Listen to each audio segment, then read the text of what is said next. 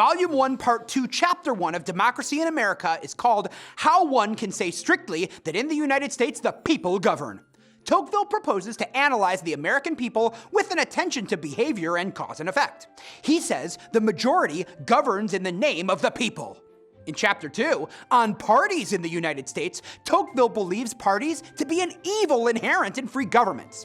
America has had great parties marked by commitments to principles, the Federalists and the Republicans. But in Tocqueville's own time, he fails to discern political parties of any stature, and he notes a disparity of material interests between the states of the North and the South. In Chapter 3, on the freedom of press in the United States, the press is an integral element of the success of American democracy. A free press is intimately related to, or correlative with, the principle of popular sovereignty. Tocqueville's love of the press springs from his appreciation of the evils it prevents, rather than any gratitude for the good it does. Tocqueville then illustrates freedom of the press in America by quoting at length a highly critical newspaper attack on President Andrew Jackson. Tocqueville compares and contrasts the press in France and in the United States. The American press is extremely powerful because of its wide distribution and freedom from censorship. Americans dare not propose restricting the freedom of the press. They're smart enough to know how vital it is to democracy.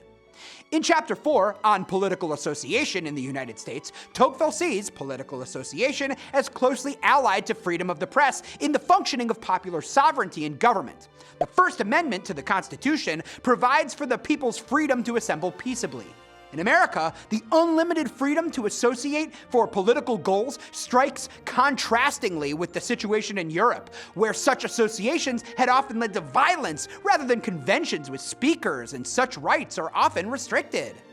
Readers should bear in mind that political parties in the United States have had a complex, varied history. George Washington had a low opinion of political parties, equating them to dangerous factions.